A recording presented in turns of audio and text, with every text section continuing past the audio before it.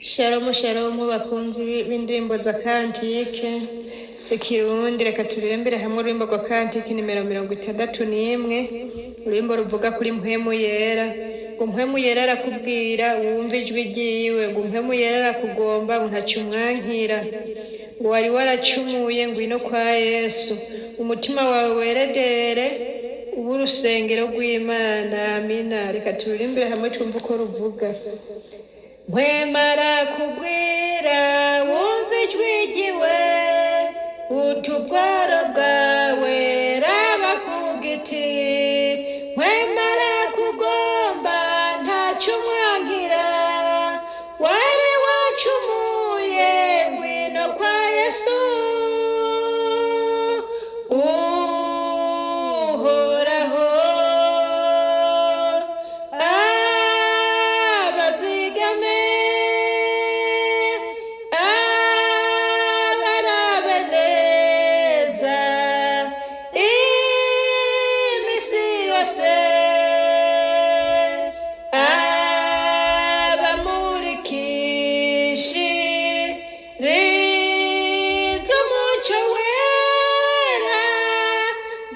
namwe mumwizere ntimutezure, waha nico nguha uze kwa Yesu, akirukunesha waracunguwe. Mwemara kwinginga ntumubabaze, inema yawe ishikire Yesu, uhoraho abazigame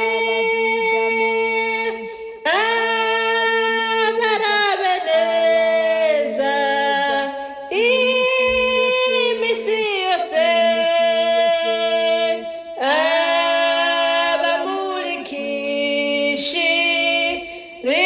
abamurikishiriza umuco wera, namwe mumwizere ntimutezure.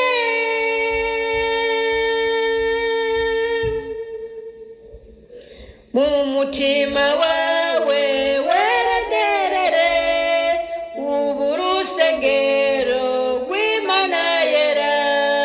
Mwemara kongera kwizera kwishi, agukomereze gukunda Imana.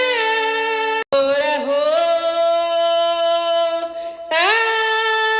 abazigame abarabe neza imisi yose,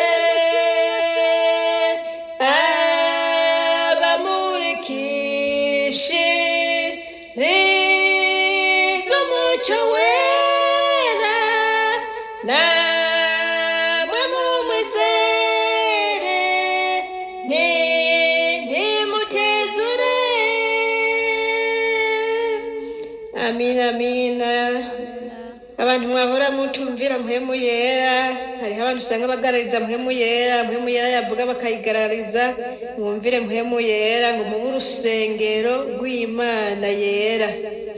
Imana irashaka ko muyumvira. Rero mpwemu yera ntabwibana n'abanyabyaha, mpwemu yera ntabwibana n'umutima utejejwe, bisaba kwiyeza ukitunganya. Mpwemu yera akaza mu mutima wawe akabana nawe.